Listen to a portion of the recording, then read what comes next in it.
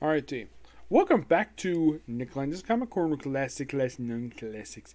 This is episode number 1898 and Doubleshot number 1792.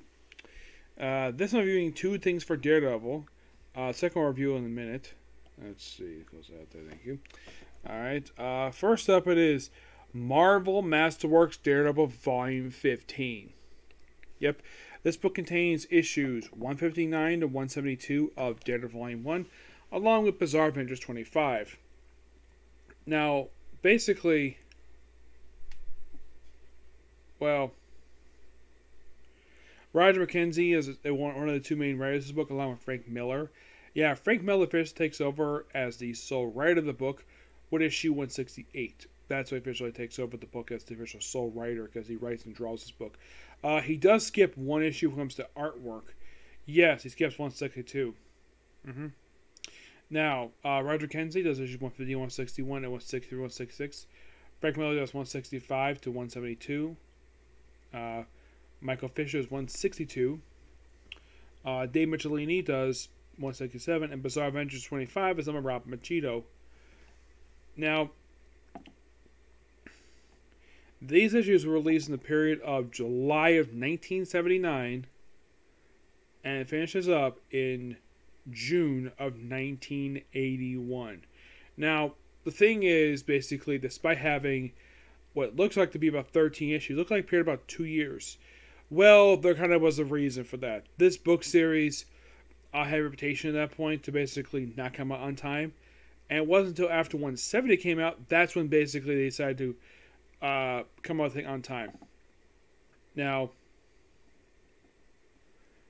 Frank Miller is doing the artwork, but he does take over the co-writing to 168. So we have basically several issues where he does the artwork, but not the writing. Now the first issue basically recaps several stuff related to, Daredevil going to court. This is just a day of stuff with Daredevil per se. Him dealing with a pirate. Not much else this one. Though we do have the return of Bullseye at the end of the issue.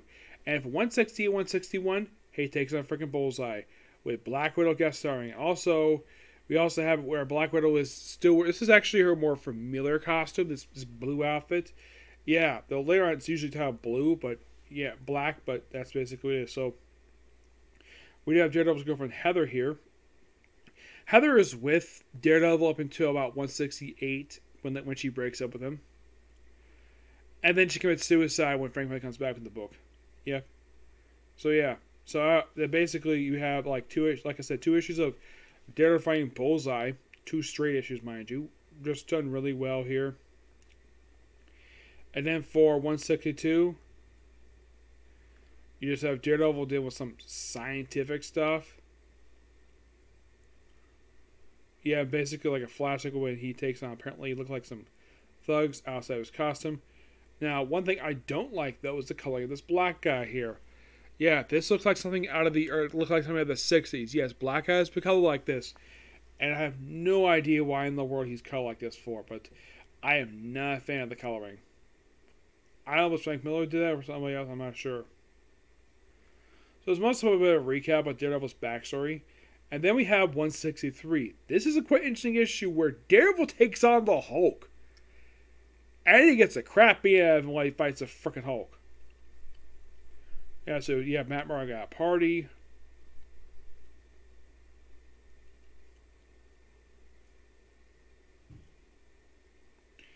Yep. So, just by sheer coincidence, Hulk runs into Matt Murdock in an alley.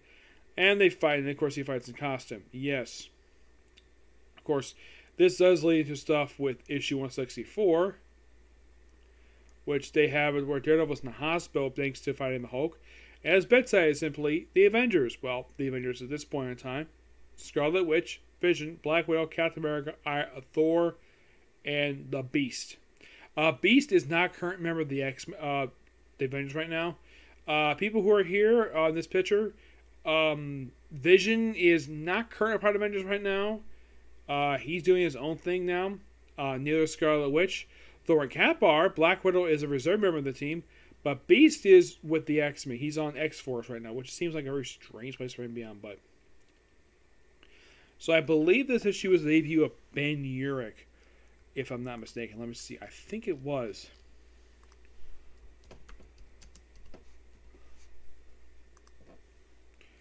Was this issue his debut? No, it was actually before that. It was 153 was actually his debut. Yeah, 153 is his debut. And this issue basically is noteworthy from the comments of Ben Urich, is when he is actually the first person who's not someone who's dating Matt Murdock to find out that he's actually Daredevil. Yep. And some boxing stuff here. Really interesting stuff with this issue. Bit of flashback stuff, but more developing him. And then we have 165 where Daredevil takes on Dr. Octopus. Yes, I am not kidding about that. He takes on Dr. Frickin' Octopus. Oh, by the way, the story is called Arms of an Octopus. Yep. And I believe this is the last issue where Roger McKenzie is the writer of the book. Yeah, because with the very next issue, I believe that's when Frank Miller. Actually, no, he does do. I think he does. I think this one was the last one. So I call it Death to Us Part. More Daredevil stuff here. Basically, stuff with Gladiator. Great to see him again here.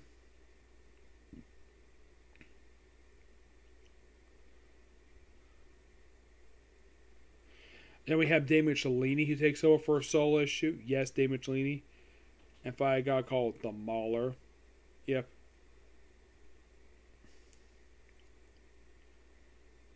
And then we also have a backup story here called Dark Secrets. And then we have 168, which this is the issue noteworthy for two things. It's the first issue Frank Miller done solo, writing and drawing, and it's also the debut of Electro Nachios. Yes, a character who still appears this very day. And here's the thing. Despite the fact she's dated a few other guys over the years, she still loves Matt Murdock. Yep. And currently, she is basically the co-holder of the title of Daredevil, the Lady Without Fear. Yep. And if you're curious, what does she look like her debut? Well, this is her. First time we see her, and it's from the back. That's Elektra. Joe by Frank Miller. Yeah, make her a sexy ninja. Excuse me. My opinion comes Elektra's attire over the years. I've always preferred the classic Frank Miller attire over, let's just say, the outfit she had from Daredevil Netflix show, or when she did other outfits. I like the original design better, especially with the bandana. I love the bandana look for her, which is quite interesting. And then we have Wilson Fisk here. Is it Wilson Fisk? No, it's not him. It's somebody else. But he does show up a little later. So you have more dealing with Elektra. And then we have 160 on the return of Bullseye. Yep.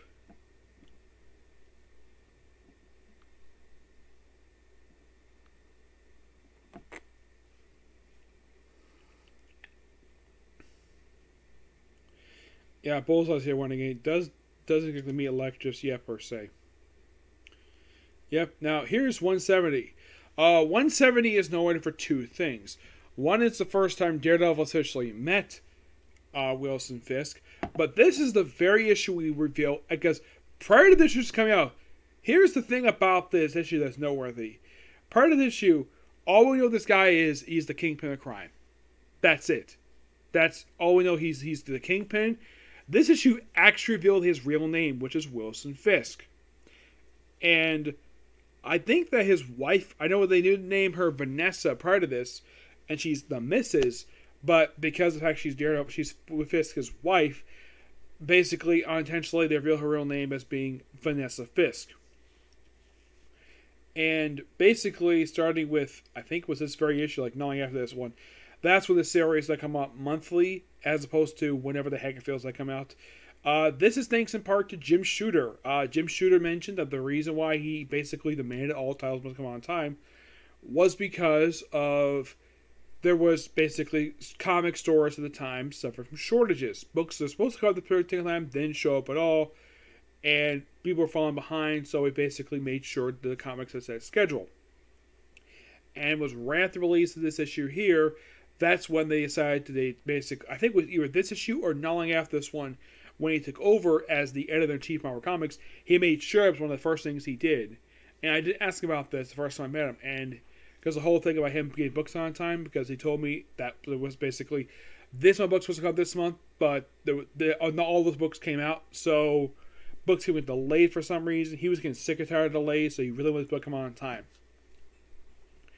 So yeah, so this actually is the issue which starts the whole thing, Daredevil going monthly. And you have Willis and Fisk fighting a bunch of guys in here. Got some really good stuff. You also have Bullseye appear in this issue. Yes, Bullseye. And then we have where it's like I said, 171 is like, at last, monthly. Yeah, apparently the book was basically bi-monthly for a long time. But yeah, it was after 170 basically, and of course we have Willis and Fisk in his classic John Romita Sr.'s look. Well, this is the very issue where he fights the Kingpin.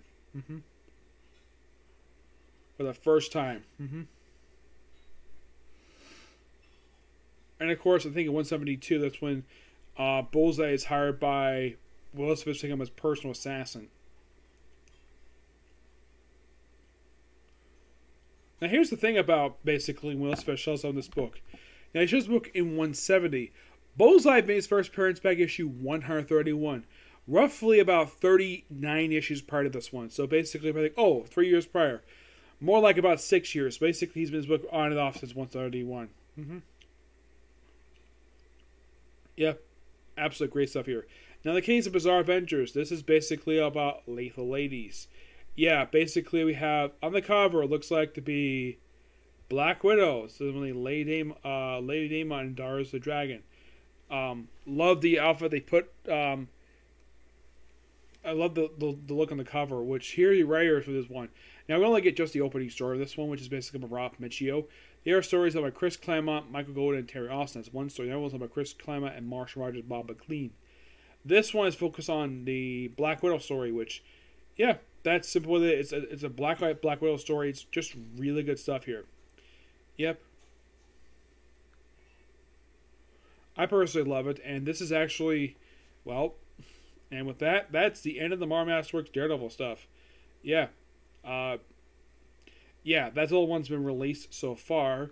As far as I can tell, I'm not really sure exactly when in the world next issue is going to come out, but yeah, I'm going to give that particular trade a 10 out of 10 because it's just really good stuff. Nothing really terrible that one. Now, next up, we're talking about an actual story arc from the second line for Daredevil. And this story arc practically ended at Brubaker's time on the book. It's his last official story arc because right after this, we had to build up to Shadowland.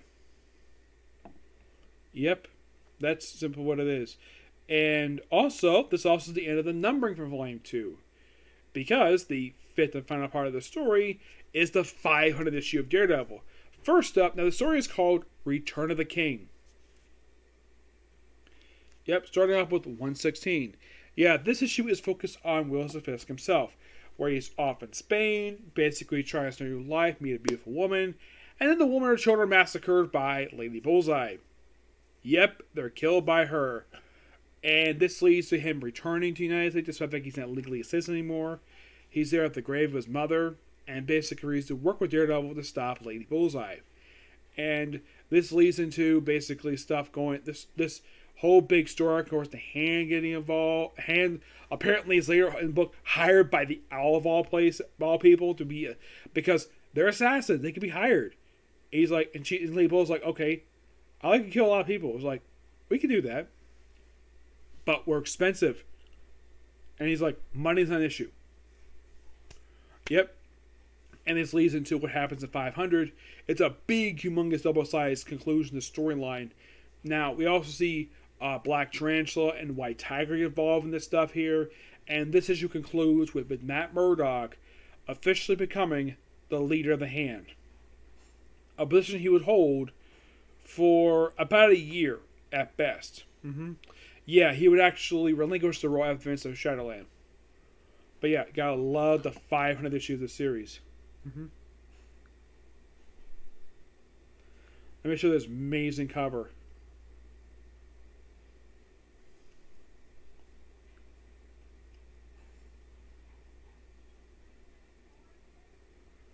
Yeah, such an amazing cover. Now the issues themselves. Now mostly Michael Lark is doing the interior artwork for a lot of these issues. Of course, this one here for the conclusion. We have the first part of the story in this book here, done by Michael Lark and Stephen McCario. We have basically backup stories in this issue with Three Jacks, which is done by Ann Nocenti. We have some reprints of Daredevil 191, which is the final issue of the Frank Miller run. But yeah, that's what the double set issue is. I love the artwork here. The artwork is fantastic, and well, just a really good storyline. I personally love it. Yeah, and so basically, Daredevil laid the hand, Kingpin Now the deal is basically, I'm going to lay the hand in exchange for basically cut off the Kingpin, which they agree to. So he becomes official leader, and well, he's leader for about 12 issues of his own comic book. Well, by the time the next writer who succeeds him is Andy Hickle. He only booked about 12 issues and does that miniseries Shadowland, and of course Daredevil Reborn. That's simply it for his run. Of course, he did work on a couple of the tie-ins for Shadowland. But you could say Andy was put in the book just to build up Shadowland, work on Shadowland itself, and some of the tie-ins, and then basically basically just end the run. Because some could say you could end the series here with 500 because this is just a really good issue. This storyline is fantastic. I do recommend it. I give the storyline roughly a 9.5 out of 10. My final thoughts on Ed Brubaker's run on Daredevil. Keep this run start with issue 82 of Volume 2? Yes. It lasted for almost 30 issues. Like, I think it was like officially, by the time you finish reading it, let's see, 20 would be 102, 30 is 112. So, 8. This was a roughly a 39-issue story arc, but it's really, really good. You gotta love it. I love the build-up they have here. I think the one mistake I probably would say was a mistake on her biggest part was right after Melina. We also have a subplot here with basically Daredevil trying to meet up with Melina's parents, where basically they're trying to find where this private miscarriage, and they can't find her. He's missing. Dakota North briefly appears in the storyline, but she doesn't do very much at all. Yes. Probably because basically she regrets sleeping with Matt Murdock, because even they both realized it was a complete mistake on their part. And despite the fact Dakota North is actually a pretty good looking woman, like, I'm like, okay, Daredevil, he had sex with a hot woman. It's just that the only problem is he was married. He's married. So, yeah, this whole storyline kind of basically ended the whole thing with Melina herself. Yeah, the whole thing with them, it's kind of like, okay.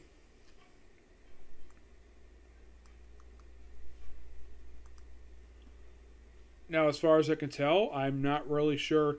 Now, the thing is with Melina herself,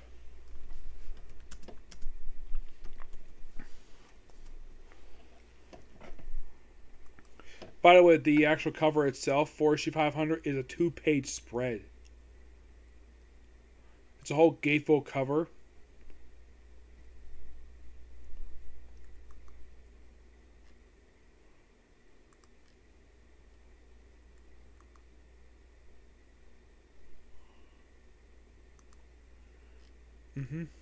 Yes.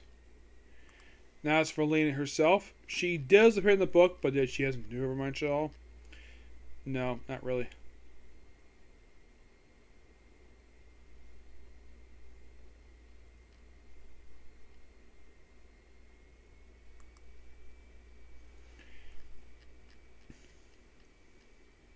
But yeah, this was actually 500 was her last appearance ever for quite some time. Because after this very issue, she would not appear again in the book until issue 18 of the Mark Waid run. Yep. So she returned about, what was it? I think about 3 years later, I think it was. Let's see. 500 came out in August of 2009. And 18 came out in September. Basically, 3 years later she returned. But basically under Mark Waid. Yep. And then she returned. She basically appears for 18, 20, and 27.